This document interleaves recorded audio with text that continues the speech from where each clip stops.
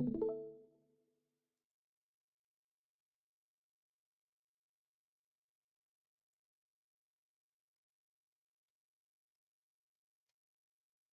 it's a little bit scuffed here right now because I kind of like emergencyly changed everything. Hold on. Oops. Press the wrong button.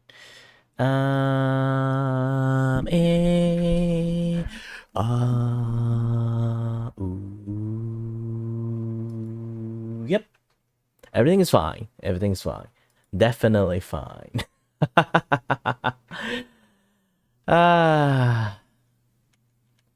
Either way, welcome to the Kiray Vacuo show.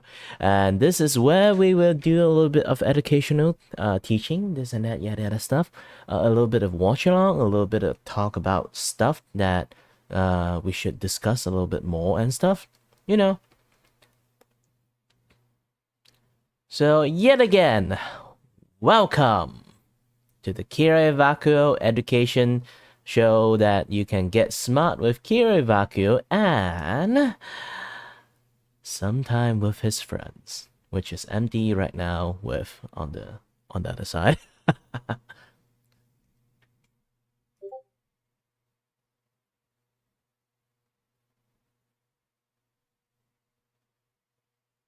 But either way, yeah. So sorry, I got brain fart. I have no idea what to talk about today. I do want to talk a little bit about things that is because I saw like a very good part of things. Is I won't say I'm super knowledgeable about it, but you can say I'm technically quite knowledgeable about it at the same time. It's about plastic in the oceans. Yeah, not a lot of people actually know about this. Like, plastic can be like very, very, very small. Like, imagine like how small a grain of sand is. Plastic can be smaller than that. So usually that is what plastic will end up like, because like in the sea they get like grinded up, churn up, this and that, yeah, that stuff. So there will be a lot of like very, very microbic size of like plastic like just floating around. You know, like plastic usually would just, you know, like floating up the surface, but when they manage to get close to the micro level, they actually can sink down and sort of like carry over by the wave. So depends on how the water current is. Microplastic is basically just inside the water, almost like 24/7. If anyone want to know a little bit more about microplastic, there's a much more there's a lot of like different video that will talk about it. And then fishes actually eat a lot of microplastic too, since they kind of like literally breathed in those water, so they end up like absorb like quite a lot of those like microplastic into their blood. And then when we eat the fishes, we also have microplastic in our blood. Not just that, because like again, like plastic can turn into dust and then stick onto dust, and then when we breathe it into, we kind of like have like tiny bit amount of plastic in our bloodstream too. So we are having like a lot of plastic in our bloodstream. So it's a little bit difficult to say about this and that, yeah, the other stuff, you know. I get a lot of ping. Ah, no worry. Next time.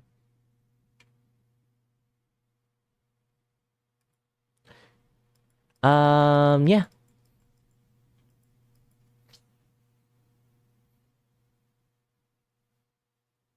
What is on the sun? I'm going to watch this later on. Let's click it. At first, we need to watch a little bit about the sideshow that is talking about plastic. So it's about like 4 minutes long. Everyone like will look a little bit about it, and then why it is so impossible to scoop out all the plastic. Even though we have a lot of like cool technologies that can scoop out the plastic or the trash in the oceans, we still can't actually fully remove all the trash in the oceans. Just don't throw trash in the oceans, okay? I'm not trying to be like the environmentalist here. It's just the clear answer is, if you want to stay alive, don't throw trash into the ocean, nor on the ground, nor on the sewer canal and stuff like that. Why do you guys want to throw trash into it? You think it's going to eventually go into processing centers? No, it's not going to a processing center. You know, job is created by those little people. Literally. And then don't say thank you. And don't say welcome. Because it's a huge issue to the point they create the job specially to clean out those kind of things. And why do they have to invent a job to like clean off the area, that particular area in the sewer, this and that, the other stuff? It's because it's bad for not just the environment, it's bad for the entire infrastructure itself. Okay? Alright, let's click on this. Why? YouTube! If I get banned, this is your fault. You know what? I'm going to watch all the thing about YouTube and then let YouTube know this. This is what they're showing right now.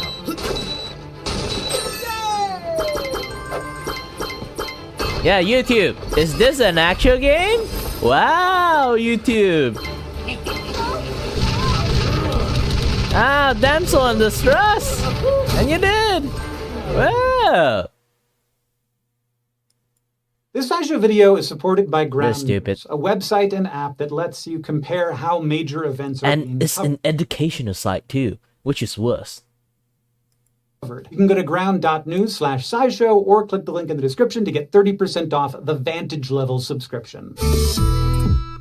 Oh yeah, like you can see, I actually always like do a watch along like this, because you guys can see like which channel I'm actually seeing at, what's the title of the channel. So you guys want a much more better view of this thing, you guys can play it on your own. And if anyone want, I can actually, here you go.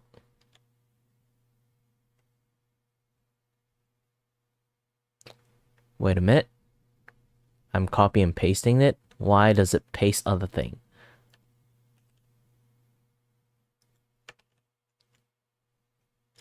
Yeah, it just like paste other words. Can I actually go into the same thing? No, it can't. Goodness gracious, the YouTube, why? You know what? I have another way to do it. Copy it. Paste. Aha. Yeah, I tried to like copy and paste YouTube link. It just like turned into something else. That's weird. Very weird. What happened? Why can't I paste the link? Hold on a bit. Yeah, the link is pasted, but it's not shown in my YouTube chat, my OBS chat for some reasons. Either way, let's continue the things that we are talking about. So this is like why we can't scoop all the plastic out. Okay. In the Great Pacific Garbage Patch in the North Pacific, there's an estimated 72,000 metric tons of macroplastics, pieces of plastic larger than 0.5 millimeter. That's about... Yeah, macroplastic is like basically like big ass plastic that haven't break down yet. So they kind of like clump it together, become like a big ass mass. You can literally see like almost like a land made out of it. So big, like in some part of the Pacific Ocean, because how the current work, they kind of like swirl around like this, and then swirl around like this, and then swirl around like this, and then the center will have almost no current, but the other current is like carrying like a lot of stuff and move all into like the center point of that three type of different current. So there will be like a very concentrated empty area here. Here is like the eye of the storm, and then it will have like the eye of the trash, the entire island of trash that is like mixed in together into like one big ass thing. Especially stuff will float, not just like normal trash, not just plastic. Anything float, go to that. So it end up like a very big ass like trash island. You can kind of like, if you kind of like know a little bit about how the ocean works, you can actually literally use like Google Map to track those kind of trash too. Sometimes they're big enough to Google Map can actually seize it. The weight of 1.5 Titanics. And it's actually not alone. There are other such garbage patches defined as having over 1 million pieces of floating plastic in a square kilometer of ocean. So, we should clean that up, probably, but that is unfortunately easier said than done because any human action can have consequences for the environment, even if we're trying to fix a problem. Why would they say like there's a natural environment issues? It's because like that thing, that island that I talk about, actually there's many different plastic island. They kind of already combine and then turn into a lot of different else things. Have you guys remember like or like if you guys like know about it, do you guys see any like environment actions or activity? They decided to drop concrete under the oceans to create like a coral field, this and that, yada stuff, you know, make like a lot of like maze for the fish to swim and stuff. A human artificially made underwater concrete jungle, so coral can thrive and like fish have place to hide in there. So yeah, the plastic island, not just plastic, the trash island humanity managed to create accidentally turn into a entire organism field. It's like, you know, like we have like a food chain or food web around like the lake. We have lake fish, we have the mosquito, we have the worm, we have the birds, we have the, you know, like those kind of food chains establish and created an entire ecosystem in there.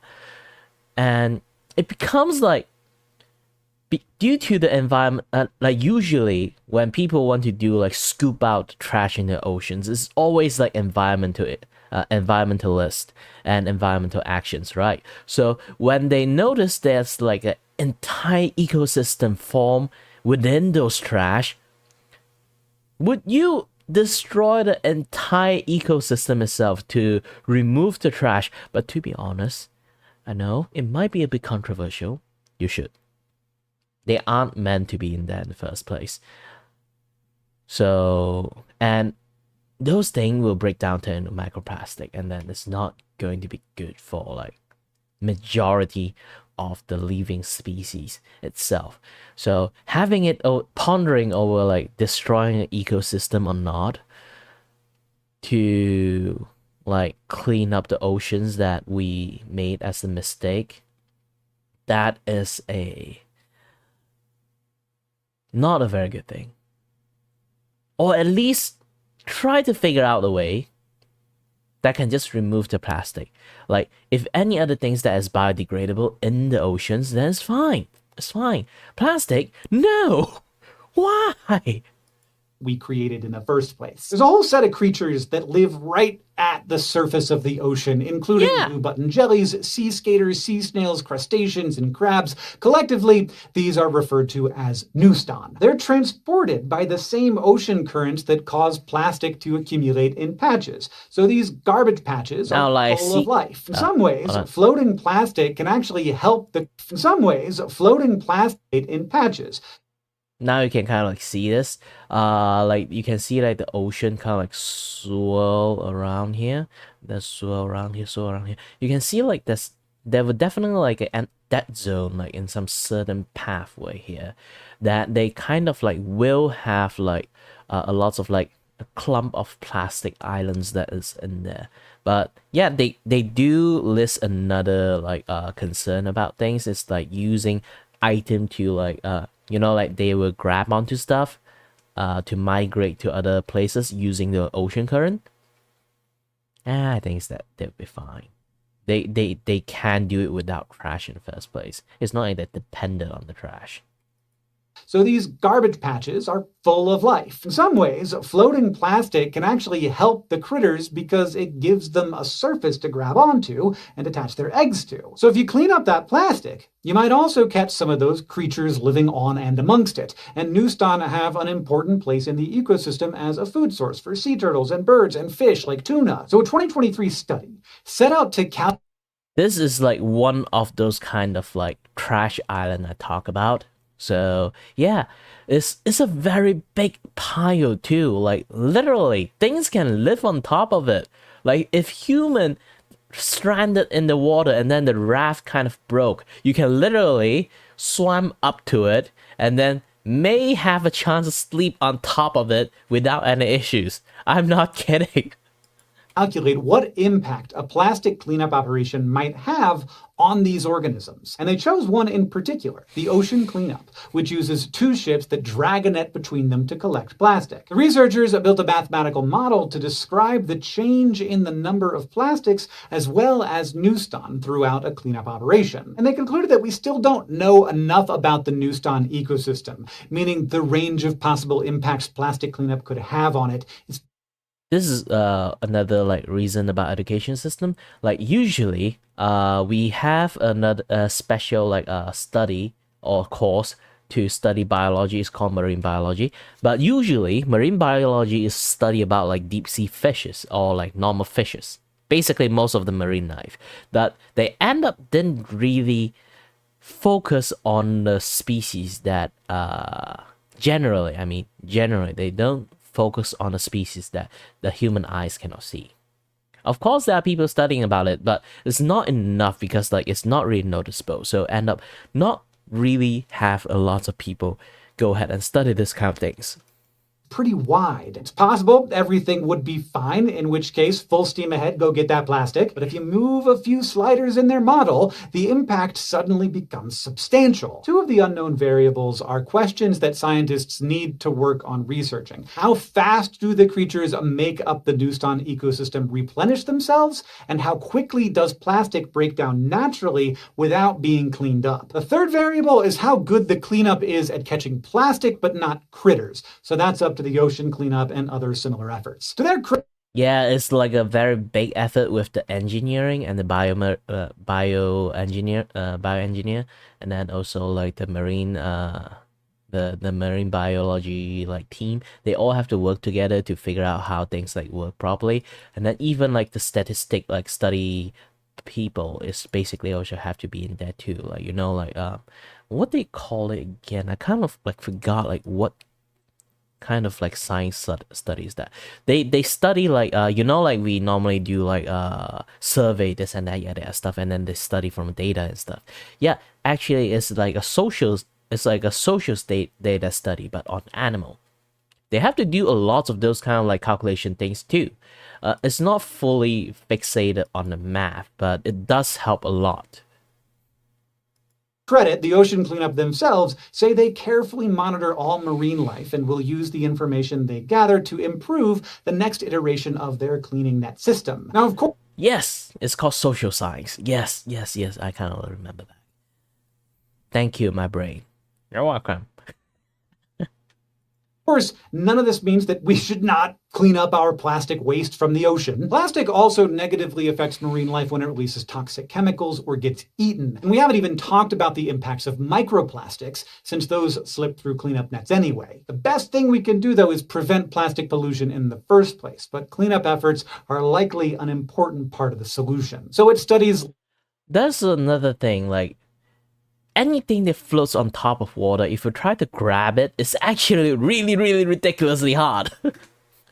I'm not kidding. It's actually really hard. Have you tried to grab something like floating on top of a soup or like on top of the something? They will try to scoop it out or like try to like use your hand to grab it. It's almost impossible.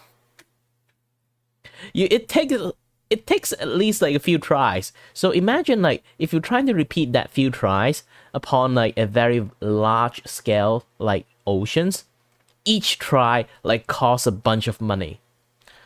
And then you have to do like maybe a 2 to 3 like times misfired basically you do not yield any plastic waste at all, and then maybe like the fourth time you maybe get some, and then the fifth time you kind of finally get most of it, just most of it, not even everything, and then you just wasted a million upon a millions of dollars just to do that actions.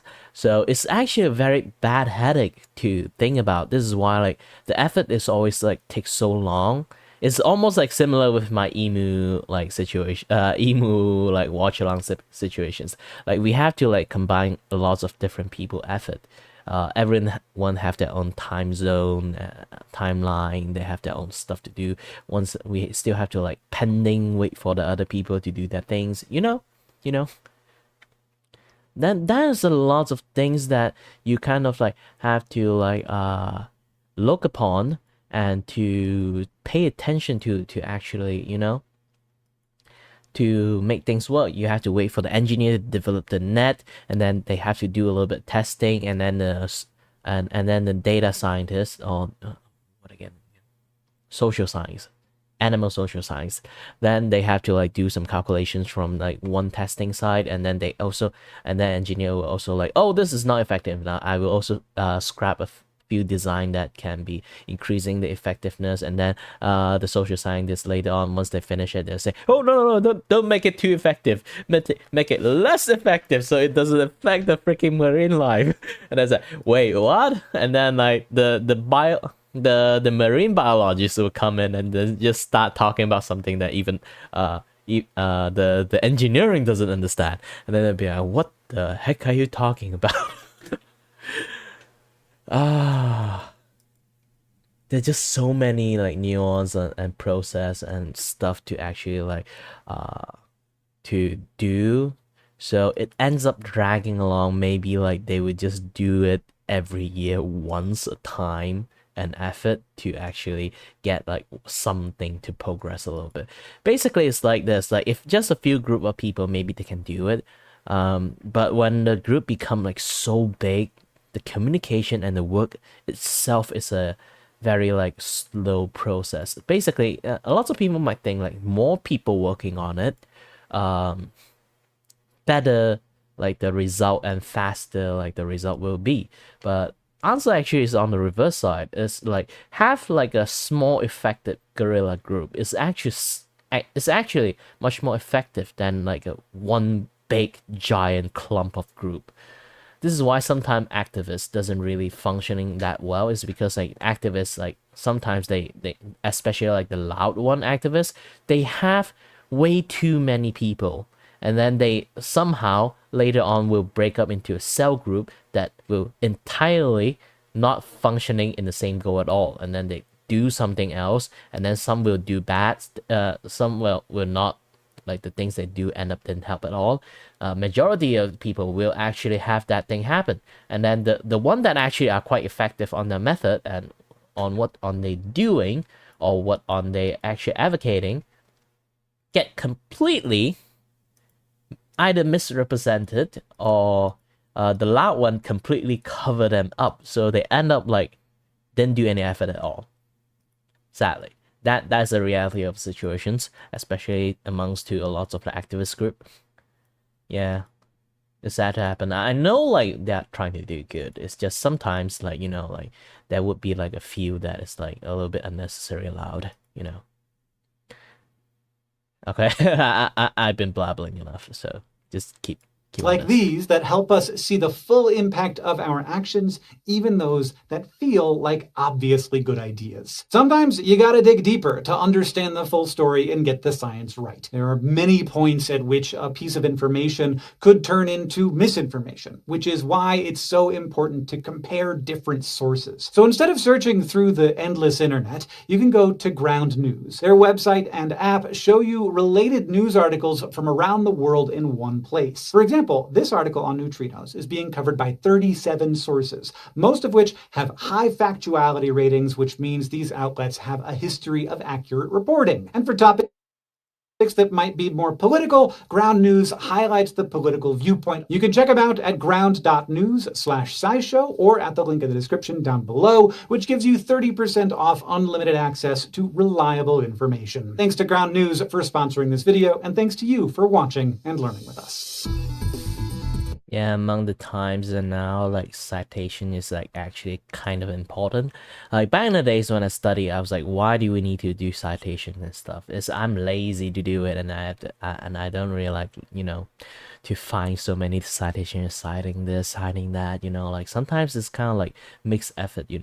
It's like I'm basically like this two citation is kind of like close, so I mix the result and data and so like conclusion together, and then I had to cite them two both together and then become invalid because like it's a completely two different citation. You should citate you should write it out in a very separate thing, but if I write it down it become like a repeated citation, repeat like citations, and then I'll get a mark like deduct from that. And I was like, what the heck, man, it's completely different thing. They just end up like the conclusions the same. Okay.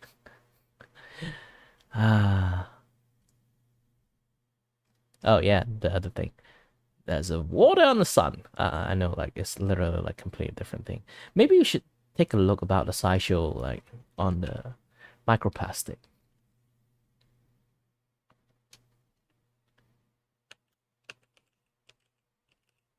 Yes, my brain work in a very different way. Veritasium micro.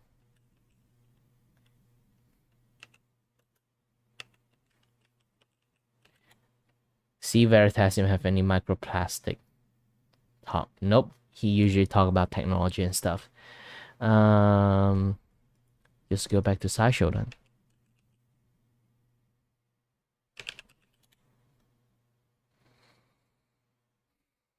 Yep.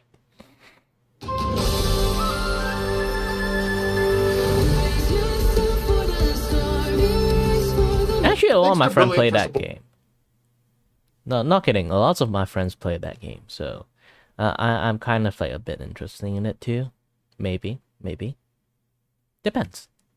Supporting this SciShow video, and for offering all SciShow viewers a 30-day free trial and 20% off an annual premium subscription for the first 200 people who sign up at brilliant.org/SciShow. Picture the Arctic. Does it bring to mind images of pristine, icy wilderness, pure white icebergs, smog-free skies, and clear blue ocean waters? Well, don't forget don't forget the snow blindness, where the sun shining on white surface and white color is the best color that can reflect the sunlight. The world's worst microplastic pollution. Despite being surrounded by some of the least densely populated countries on Earth, the Arctic Ocean somehow ended up with one of the highest concentrations of microplastics we've ever measured, which begs some important questions, like how did all that plastic get there in the first place? And remember the wave, like the map that show in the last like SciShow I watched, like they have like those swirly thingy, and usually the top and the most bottom of Earth will be like the end point of those kind of swirly thingy. I think the top is the end, is the part that end up a little bit much more than the bottom one, because like how like the Earth is kind of like not like up down, it's like slanted, the spin. So it somehow like changed the property of how the ocean actually end up will flow to. This is also why Antarctic ice is like melting, is because like those kind of ocean wave always end up over there. So they kind of like have a lots of like warm water is like carving out the Antarctic ice itself just from that principle. And what do we do about it? So let's dive in and learn how microplastics are traveling around the planet to make one of the most isolated areas on Earth one of the most polluted. It's pretty hard to avoid plastic these days. We're pumping out plastic pollution at an alarming rate, with 19 million metric tons of the stuff finding its way from land. If you ever tossed like one plastic bottle into the ocean before, it's definitely like one of those. It's there. Because due to how the current works, the ocean actually can travel really far away. So maybe like the plastic bottle you tossed like maybe when you are 5 years old, or like just like very young, and then it's been past like 20 years or like 10 years, and then this is what you actually see. This is what you tossed from 10 years ago. That's what plastic does. Into the ocean annually. And we're not just talking about plastic bags and straws that get gobbled up by sea turtles, although that's terrible too. One particular type of plastic pollution, largely invisible to the naked eye, is spreading across the globe. Microplastics. Microplastics are essentially anything smaller than 5 millimeters in diameter. And although we're intentionally adding microplastics to products like exfoliating face washes and toothpastes, we've accidentally created them too. What? Again? Toothpastes, we've accidentally smaller than 5 millimeters in diameter. And although we're intentionally adding microplastics to products like exfoliating face washes and toothpastes, we've accidentally... What?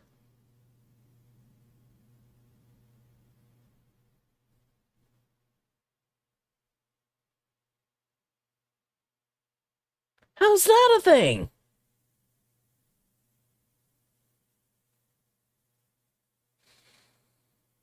Ah. It is a little bit stupid, but I love it.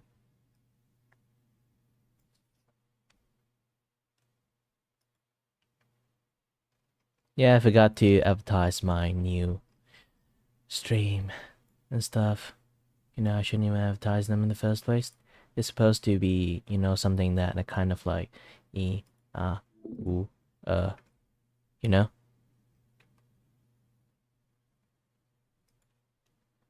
I'm supposed to be like recording this and then, you know, snip it into the actual episode and post it out.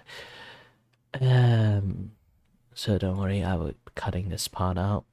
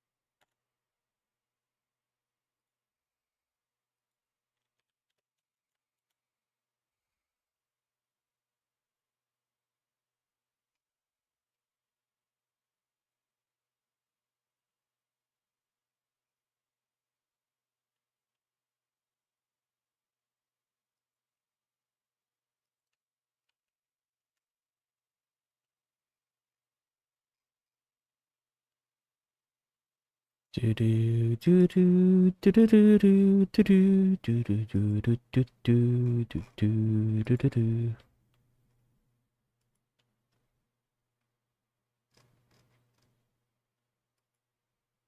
right, I'm back. Oh wait.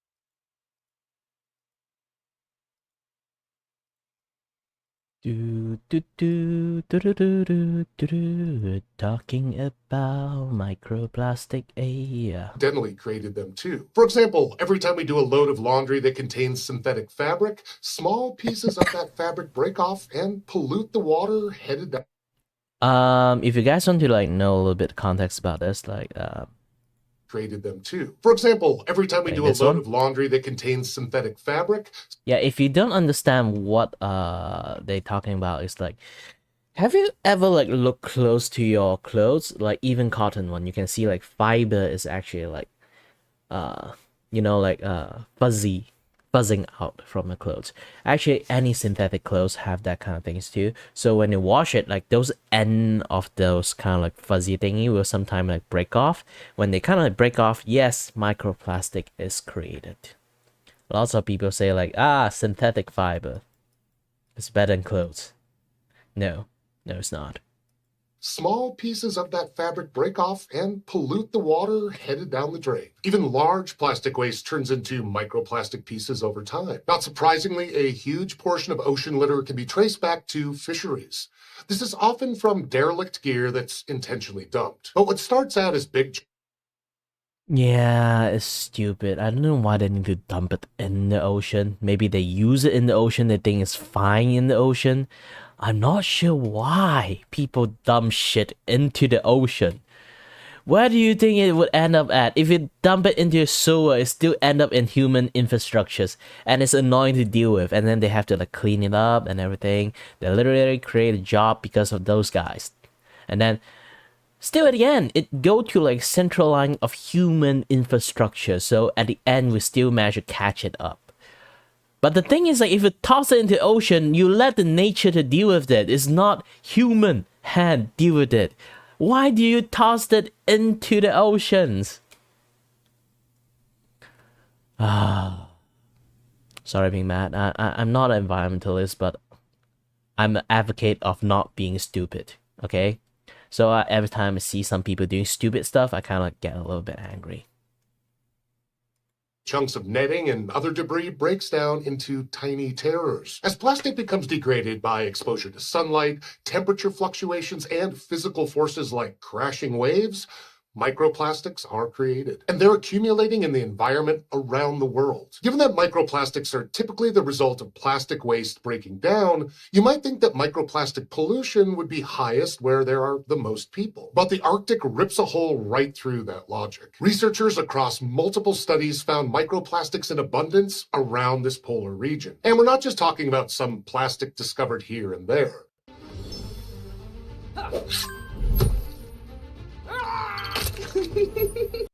The Arctic has some of the highest concentrations of microplastics in the world. One study from 2020 found more than 1,000 pieces of microplastics per cubic meter in the Arctic water column. And if that's not bad enough, several other studies have found extremely high concentrations of microplastics trapped in the ice, too, with one study finding up to 12 million particles per cubic meter in some areas. That's right, ice.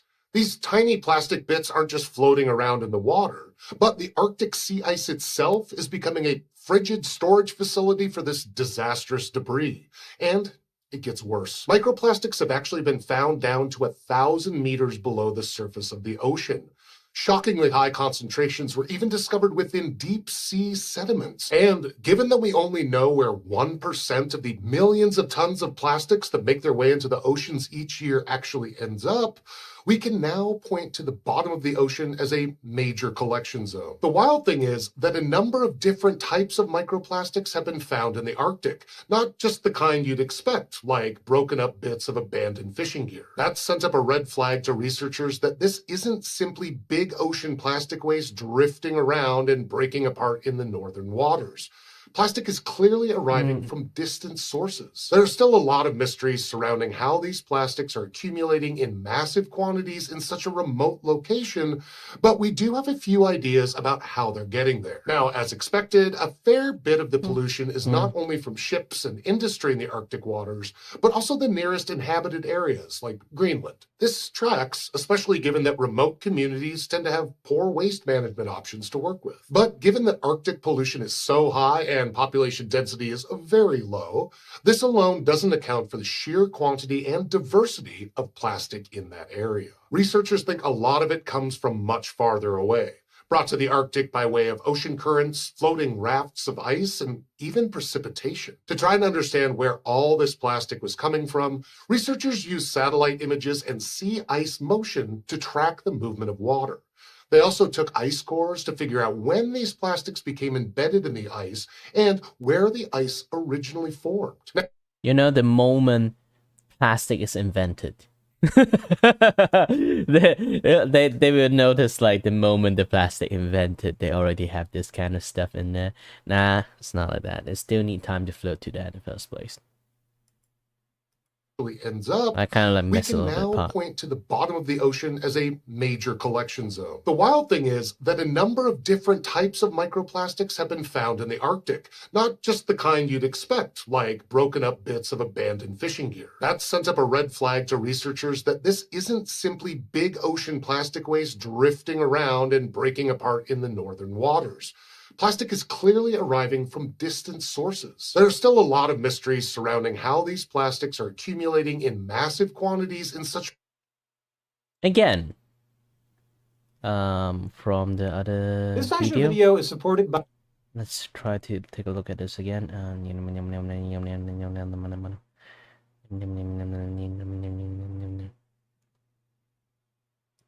Is it this? Nope. Ah, yes, this part. As you already can see, like, this is just the surface of how the current works on the surface area. Actually, aside from that, we have like the lower surface area actually moving along with the water. It's like you're never really able to predict how water actually works and this kind of things. Let me try to like draw it to show it to you guys.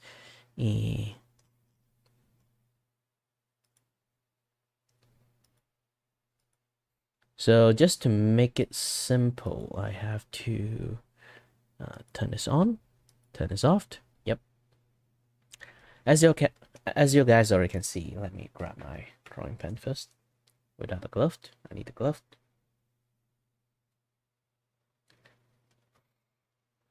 So imagine like I just made like a make-believe land. It's going to look really horrible, the drawing. So imagine like this is like a make-believe land. And then here is the water. Like crashing onto the, to the shores and everything. And you guys can see like there's a lot of like turbulence like on the top of the water, but water actually flows in a very weird way. Sometimes it goes through here. You can see them kind of like rolling around the water.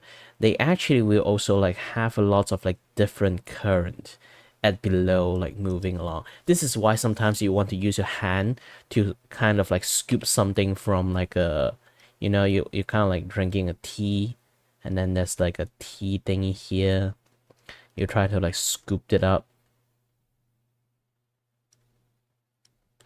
It's almost like impossible to grab it.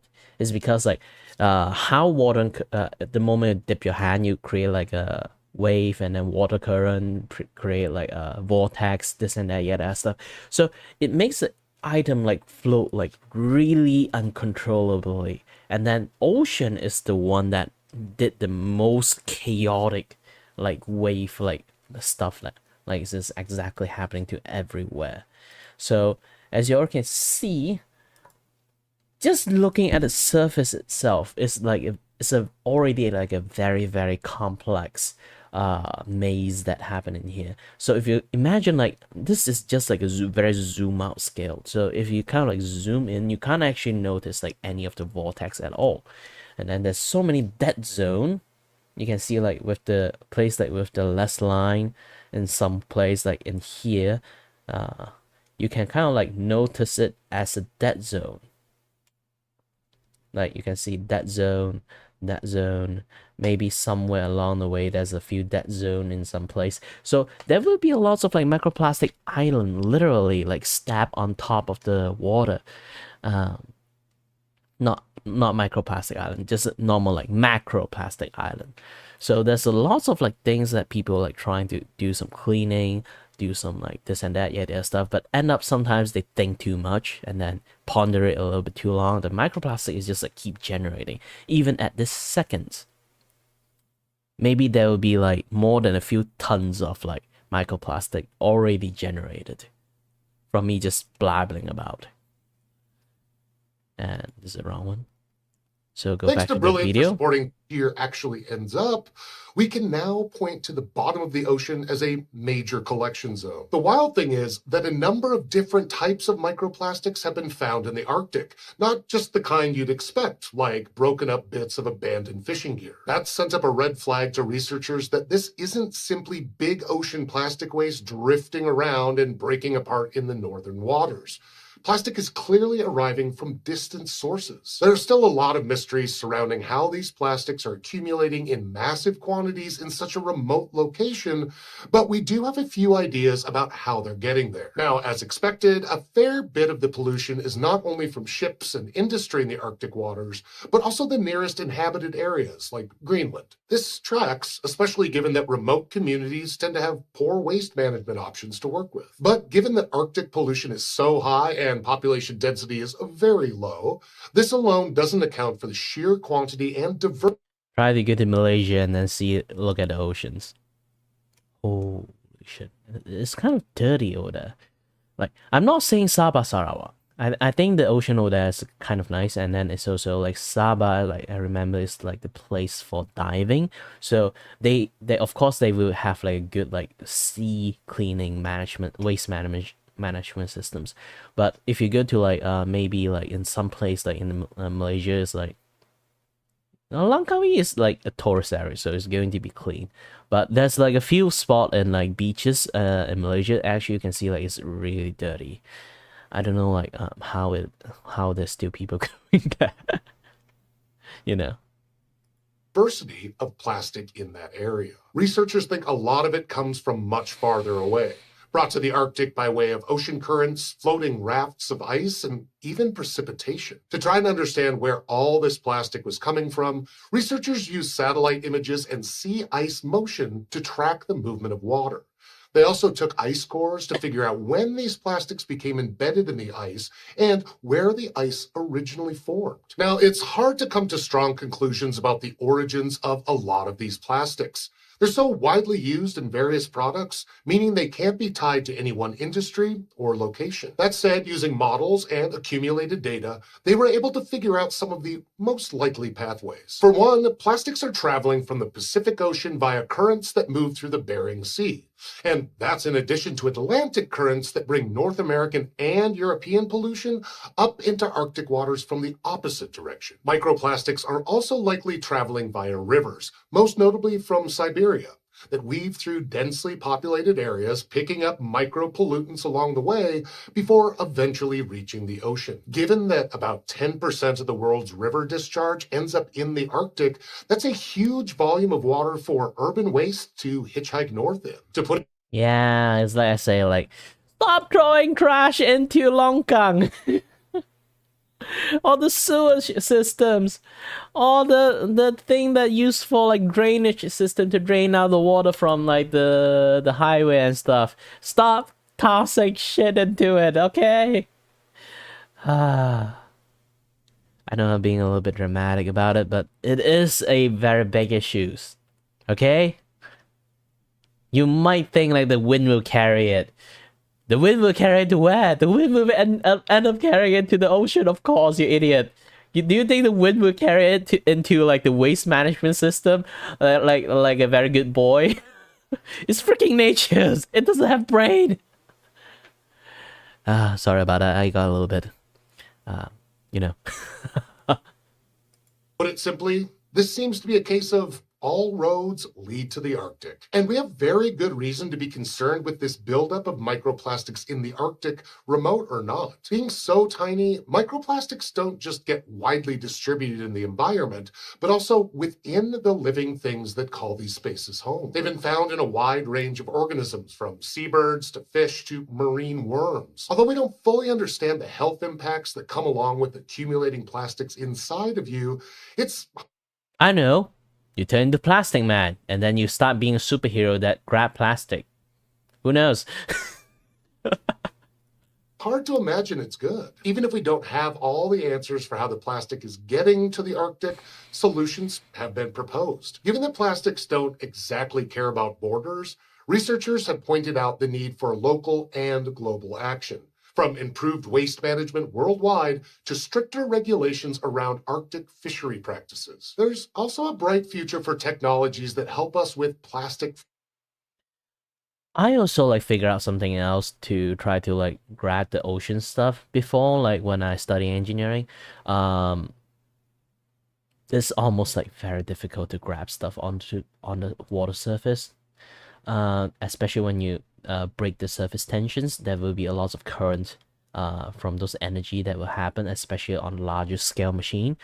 It's going to be very, very difficult to grab stuff. And then like that is like one time I thought about something very stupid. Plastic can carry charge, right? So I was like thinking like, can we zap using like static electricity to attract microplastic?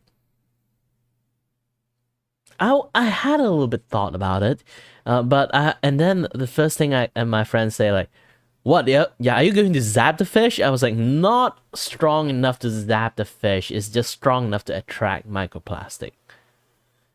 But and then another guy would tell me another thing. It's like, if you're going to do that, it's basically just going to attract the microplastic at surface level. So if you dip a ball, you will only like use a ball to like use that to attract those microplastic. It will fill up once the surface is already like covered with microplastic. It won't have a strong enough charge to attract other microplastic. So the yield of each actions of like try to pick up microplastic is almost negligible. It's just the surface of the thing that like create the static electricity is the maximum microplastic that I can actually get. I can't get more than that unless I increase my charge enough to be able to zap the shit out of the fish. Sad. And they say like due to thing that like it's not going to be very sure, like the electromagnetic field that created inside the ocean will affect lots of different other things too. So you know, like even like a simple idea like this, it's going to take a long ass time to figure it out. Even like this is why like a lot of like effort wanting to do something is always like even harder than just throwing shit out to the oceans or on the ground, let the wind carry it, and then it end up like somewhere else. You know, it's very like frustrating, especially every single time I see like a trash on the ground. It's not like I can keep picking up forever. Sometimes it's just icky. I'm actually the guy who always like walk around the street and he see trash. I will literally pick it up and then toss it into a trash can. If I don't have a trash can, I actually put it in my pocket. And then I came back home, I was like, why there's stuff in my pocket? Long as it's not achy and then I can pick it up. You know? But I rarely go out these days now, so, you know. Just don't throw your trash, okay? Free living, including biodegradable fishing nets. There's no one perfect and easy solution, but these kind of changes could definitely help us move in the right direction. Whether you're in an urban center or a remote icy landscape, one thing is for certain. The plastics you use are breaking down into tiny pieces and getting, well, everywhere. Luckily, it doesn't have to be that way. If we produce less and reuse more, we can stop the flow of this invisible menace. Maybe one day, the Arctic really will be that pristine wilderness many people... Even reuse can't be like fully 100% of it. Like when he say reuse, it doesn't mean like use the same a plastic bottle you used yesterday as a soda bottle and then again for the next 10 years. The bio is still degrading. And then you're still drinking lots of microplastic. When he say reuse it, is toss it into like the recycling stations. But doing that, the recycling process actually do create a lot of fume and toxic gases too. So plastic itself is just a nuisance. But it's a very useful thing. But still, same time, it's a nuisance. This is the humanity's greatest inventions. Too great, in fact. It kind of destroyed the entire ecosystem. Because it's so indestructible. Even you thinking about it, oh, don't worry, I'm using as a flower pot. Oh, don't worry, I'm using as this, as that. You know, like, it's worse you integrate it into, like, the normal, to the natural, like, agriculture thingy. What will happen? It's still degrading, turning into microplastic, and then, and now it's in the ground. It's worse. Or carrying the wind. And end up in the oceans. Plastic is super duper indestructible. Even you kind of like grind it into dust and then let it carry in the wind. It's just microplastic. Even if it's microplastic, it's just not going away for the next 1,000 years. In microplastic form. It's so freaking indestructible. Imagine. Now, there are a lot of ways that you can help take care of the environment, like using less gas. Now, electric vehicles are great in theory, but are they worth the money? You can discover the answer thanks to Brilliant. Yes, the interactive online learning platform with thousands of lessons in science, computer science, and math also tackles case studies now. In their case study on this thing that maximizing the sponsored them, electric so car I should value, watch it. you'll use correlations and regressions to learn for yourself what kind of bang an EV buyer gets for their buck. You'll get to work with EV performance data to understand how batteries compare to plug-in hybrids, and you might even learn some stats along the way. To get started, go to brilliant.org. Yeah, the thing is, like, a lot of people think electricity vehicle can, like, be the end-all solutions. I really hate to say this. I used to believe it too, and then the more I realize it, the more it's actually no. The problem is, like, depends on how the electrical vehicle is designed in the first place. Because there's like a very environmental impact design, and then there's a very recyclable design. Usually, if you want it cheap, you often just buy the kind that cannot be recycled. And you think, like, how is EV car not recyclable? Everything is just metal, and you know, things that created like lithium and stuff that created a battery and thingy. I know, but depends on how you create the model. It will create a ability of, is it hassle or not to recycle that thing? How does it cost effective to recycle that thing? Sometimes they design it so badly, it's basically the cost of recycling that thing is just so freaking high, and it also same time produce so much byproduct that can pollute the area even more. Because the chemical treatment, this and that, yeah, that stuff happening just to like do those kind of shit, it's actually polluting the entire thing even more. Because they aren't making those kind of things durable in the first place. So it will eventually take it up to like the recycling thing. It will eventually like end up like being a trash. Okay? I think humanity, like, first thing they have to do is to make things durable, not like one-time use in the first place. That's the most important things that they have to like understand. But yeah, that is more or less like what I want to talk about, I guess. You know, it's already been an hour. I was intended to edit this into a video, so yeah, this is basically experimental like thingy, education, like streaming thing. I hope like more people would drop by into my stream and then have a little bit chat about things too, so I can add those kind of like chat behind the scene into like a blooper and stuff, sort of like Q&A sessions. So I hope more people will watch this and watch me like being angry, being blabbering about stuff, you know. I'm not sure to make this in the podcast or not, because like, you know, voice can be copyrighted quite easily, even though I'm using it as a very educational thing. So yeah, thank you very much for watching, and as always, everyone, stay healthy, stay safe, and stop throwing shit on the ground. The wind won't carry it to the recycling or trash stations, okay? All right. Bye.